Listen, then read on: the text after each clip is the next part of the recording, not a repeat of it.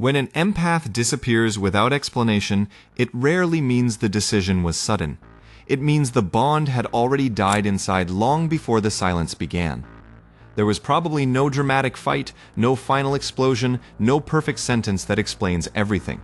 There was only one more look, one more tone, one more small repetition of a pattern the empath had been quietly studying for months or years. And then something turned off. Not from hatred, not from revenge, not from emotional immaturity, but because the deepest part of the psyche finally recognized that staying connected was no longer safe. This is why the silent exit is so misunderstood. To the other person, it looks cold. To the empath, it feels like survival. The door did not close because they stopped caring. It closed because caring had become the place where they were slowly disappearing. The first thing to understand is that the final moment is rarely the real reason an empath leaves. To an outsider, the trigger may look small. A cold reply, a careless joke, a familiar tone, a silence that arrives exactly when support was needed, but the empath is not reacting to one moment. They are responding to the entire history stored behind that moment. This is why people often accuse the empath of overreacting. They only see the last drop, not the weight of the full cup. They do not see the months of giving, explaining, forgiving, waiting, observing, and hoping.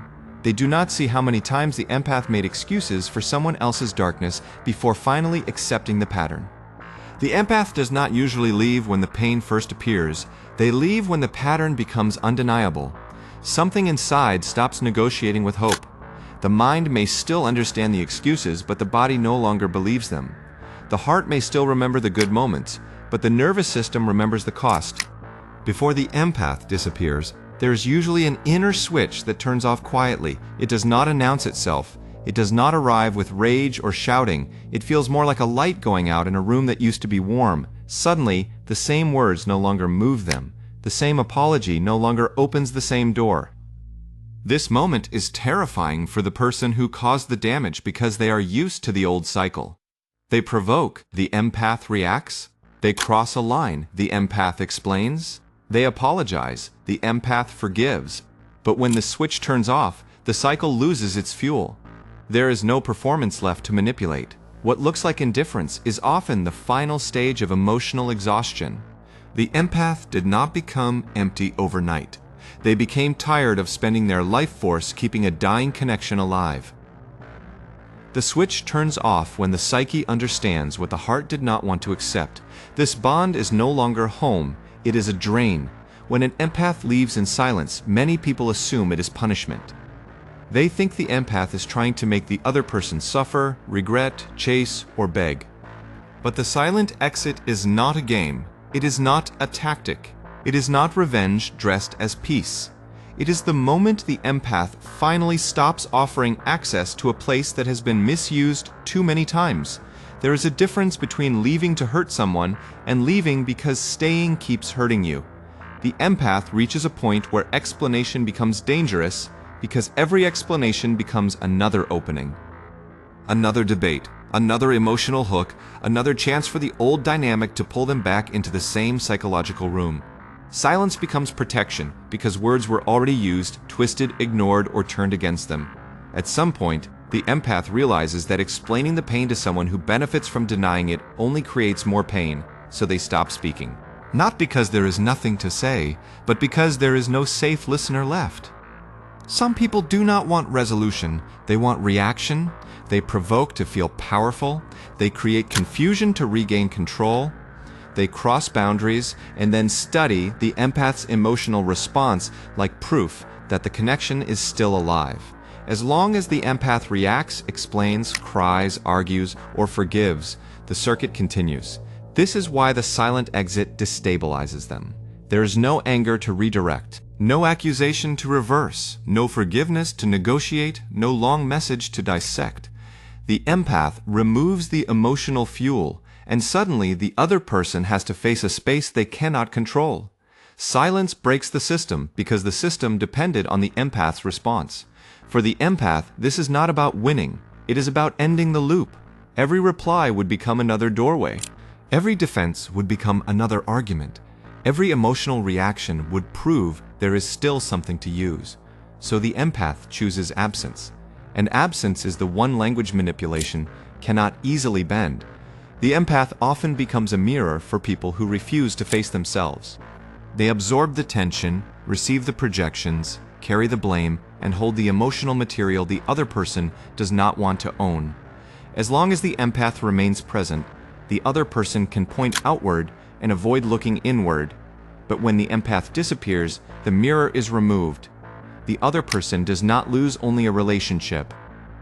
They lose the surface where they were placing what they could not tolerate in themselves. Their shame, insecurity, anger, emptiness, and fear have nowhere familiar to go. The shadow that used to be projected now has to remain with its owner.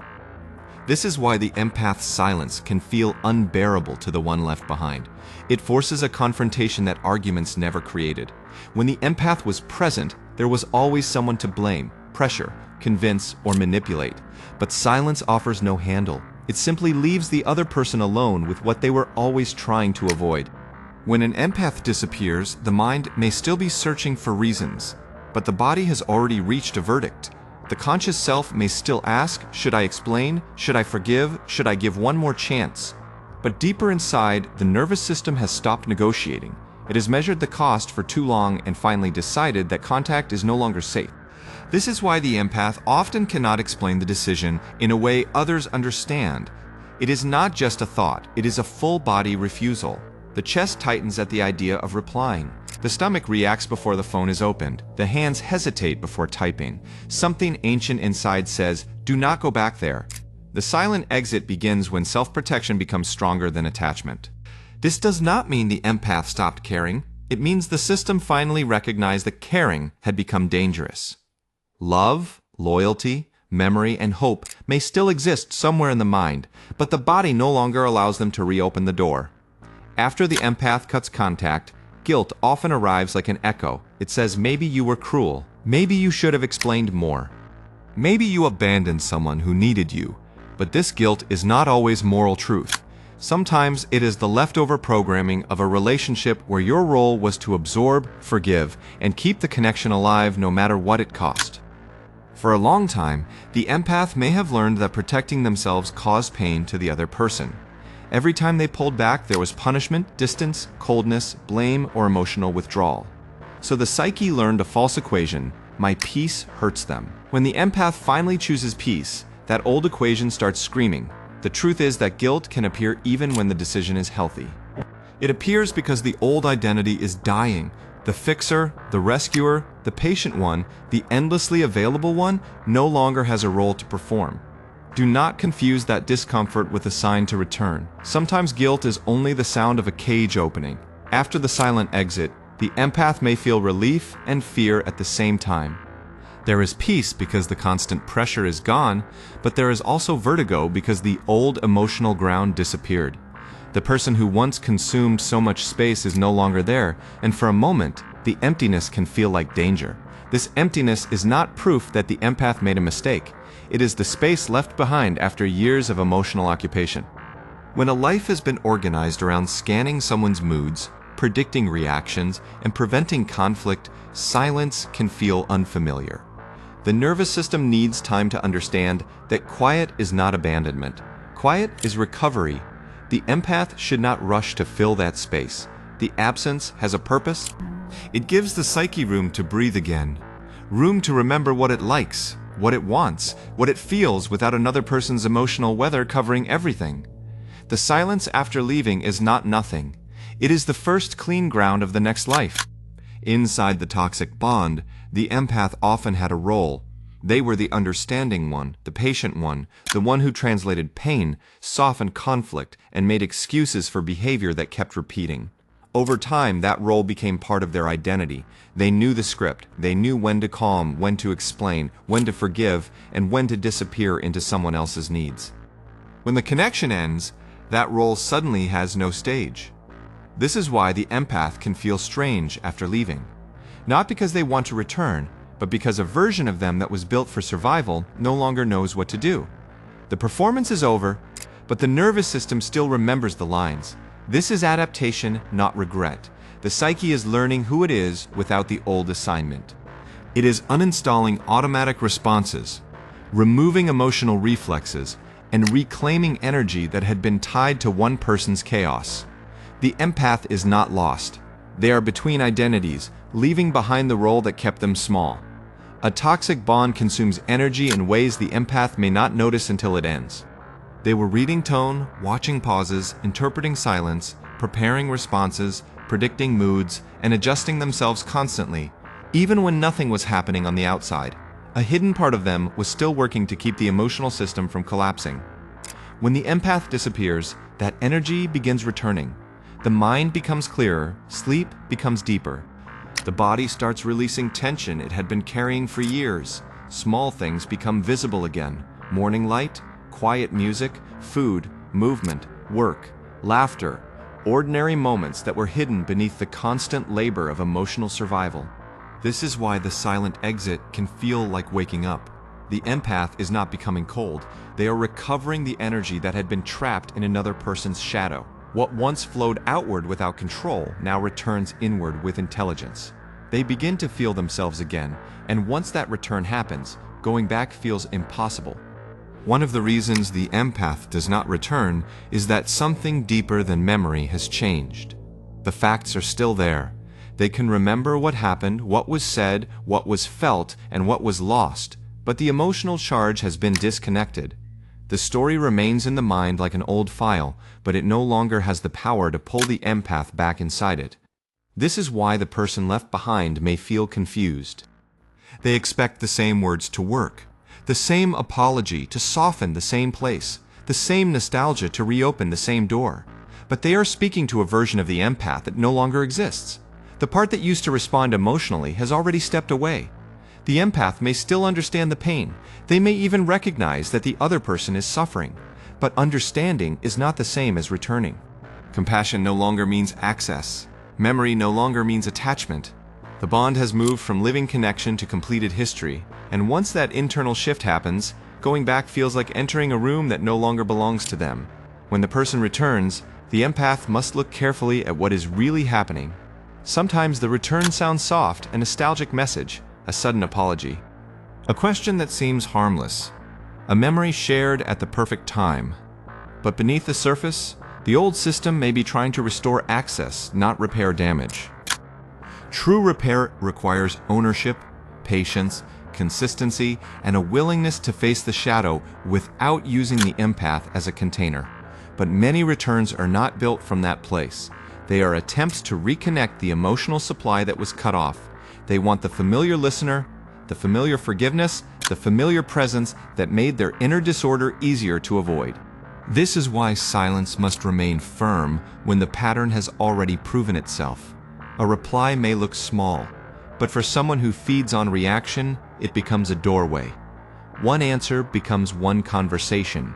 One conversation becomes one emotional negotiation, and before the empath notices, the same circuit begins looking alive again. For a long time, the empath's presence allowed the other person to avoid themselves. Every argument created a distraction. Every emotional reaction gave them something to twist. Every explanation gave them a new angle. But silence removes the material. It gives them nothing to reshape, nothing to reverse, and nothing to use as proof that the empath is still emotionally available. This is why silence can feel more powerful than confrontation. Confrontation can be debated, tears can be dismissed. Anger can be used against you. But silence stands there without offering handles. It does not defend itself. It does not explain itself. It simply reflects the truth that the old access is gone. The person left behind may call it cruelty because they cannot control it. They may call it immaturity because they cannot negotiate with it. They may call it coldness because they can no longer reach the warmth they once misused. But the empath knows the truth. Silence is not emptiness. Silence is the boundary that finally stops speaking. After the empath leaves, solitude may feel strange at first, not because the old bond was healthy, but because it occupied so much inner territory. The mind was used to scanning, adjusting, explaining, predicting, and protecting.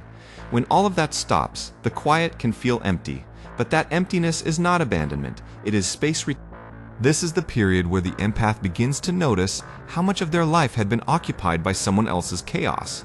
The mornings feel different. The body relaxes in small ways. The mind stops rehearsing arguments that never healed anything. Ordinary moments begin to return, and with them comes the quiet realization that peace was not missing. It was buried. Solitude becomes recovery when the empath stops treating silence as loss. The empty space is where the self begins to reorganize. Preferences return. Energy returns. Curiosity returns. The empath remembers that before they became the emotional home for someone else's shadow, they had their own life, their own rhythm, and their own direction. The silent exit is not only the end of a relationship, it can also be the beginning of individuation. The empath stops organizing their identity around another person's pain, approval, needs, instability, or shadow. They begin asking a deeper question: who am I when I am no longer managing someone else's emotional world? At first, this question may feel disorienting. The empath may not know what they want, what they prefer, or what they feel without the old dynamic shaping every response. But this confusion is not failure. It is the psyche clearing space for a more honest life. The old role is dissolving and the real self is beginning to stand up. This is why going back becomes impossible. Returning would not only reopen the relationship, it would require the empath to betray the new self that is finally forming. The silence protects that new self. The distance protects the reconstruction. The closed door is not a symbol of hatred, it is the architecture of becoming whole. Once the empath begins returning to themselves, the old bond becomes incompatible with the new life forming inside them. It is not only that the person hurt them, it is that the entire dynamic required the empath to stay smaller, quieter, more available, and less honest than they truly were. Going back would mean shrinking again to fit inside a version of life that was already outgrown. This is why the closed door is not only protection, it is construction. The empath is rebuilding the inner architecture that was weakened by years of overgiving, scanning, explaining, forgiving, and absorbing. They are learning where the walls belong, where the windows should open, and which doors must remain locked for the whole structure to stand. A person who truly wants to heal cannot keep living inside the same room that kept wounding them. The empath understands this without needing to explain it to anyone. Their silence protects the future self. Their distance protects the reconstruction. Their refusal to return is not bitterness. It is the first stable foundation of a life that finally belongs to them. To the person left behind, the empath's silence may look like nothing. No message, no explanation, no visible emotion, no final scene. But that silence is full of meaning. It contains every conversation that was ignored, every boundary that was crossed, every apology that changed nothing, and every moment when the empath realized that words were no longer safe. Silence becomes the final language when all other languages have been exhausted. The empath already tried clarity. They tried patience. They tried forgiveness. They tried explaining the pattern in 100 different ways. But when the same damage keeps returning, the psyche understands something the mouth no longer needs to say. This conversation is complete. This is why silence can feel unbearable to someone who expected endless access. It refuses to perform. It refuses to defend itself. It refuses to reopen the emotional court where the empath was always placed on trial. Silence does not ask to be understood. It simply stands as evidence that the bond died before the absence began. At some point, the other person may return. They may send a message, mention an old memory, offer a soft apology, or create a crisis that seems to require the empath's care. But the return does not always mean transformation. Often, it means the old system is searching for the person who used to respond. The problem is that the version they are looking for is gone. The empath who explained everything is gone. The empath who carried the blame is gone. The empath who confused compassion with access is gone. What remains is not cruelty. What remains is a person whose inner system has finally learned that peace is not negotiable. This is why attempts to reconnect may feel strangely powerless. The facts are understood, but the emotional doorway is closed. The empath can remember the story without wanting to re-enter it. They can recognize the voice without feeling called by it. They can see the old pattern without being hypnotized by the hope that this time it will be different. The silent exit is not only an ending, It is the beginning of inner sovereignty. For the first time, the empath stops allowing another person's shadow, instability, need, and disorder to organize their life. They stop building their days around someone else's emotional weather. They stop using their sensitivity as a bridge back into places that keep burning them. This sovereignty does not make the empath cold. It makes them precise. Their compassion still exists, but now it has direction. Their attention still exists, but now it has boundaries. Their ability to feel deeply still exists, but now it is no longer available to every person who mistakes depth for a place to dump their wounds. The empath learns to choose where their energy flows. They no longer water dry ground expecting it to bloom. They no longer mistake potential for reality. They no longer offer sacred access to people who only know how to consume. Their silence marks the moment they stopped being a resource and became a guardian of their own life. The final truth is that no return is not cruelty. It is completion. The empath is not keeping the door closed to punish anyone. They are keeping it closed because the lesson has finished, the pattern has been seen, and the inner system has already archived the bond. Some endings do not require one more conversation. They require obedience to what the soul already knows. This completion may look harsh from the outside because people often confuse access with love. They believe that if the empath still cares, they should still be reachable. But mature love does not require self-betrayal. Compassion does not require re-entry. Forgiveness does not require reopening the same place where the wound kept being repeated. When the empath never returns, it means the bond has fully died inside. Not the memory, not the lesson, not the humanity of what once existed, but the emotional bridge, the energetic opening, the inner permission to keep participating in the same cycle. That part is gone, and its disappearance is not a tragedy. It is the proof that the empath finally survived themselves. When an empath disappears without explanation, it means the bond had already died inside. The silence was not the beginning of the ending, it was the evidence that the ending had already happened somewhere deeper than words. The empath had already watched the pattern repeat, felt the body reject the connection, carried the guilt, survived the emptiness, recovered the energy, and archived the bond where emotion could no longer reopen it. To the other person, this may look cold, but to the empath, it is the most precise form of self-protection. They are not destroying a bridge out of hatred. They are refusing to rebuild a bridge that only led back to self-abandonment. Their silence is not revenge. It is not pride. It is not immaturity. It is the nervous system, the heart, and the deepest self finally speaking in one voice, enough. And once that voice becomes clear, no apology, no memory, no crisis, and no nostalgic message can return them to the person they had to stop being in order to survive. The door is closed, the bond is complete, and the empath is finally available to their own life again.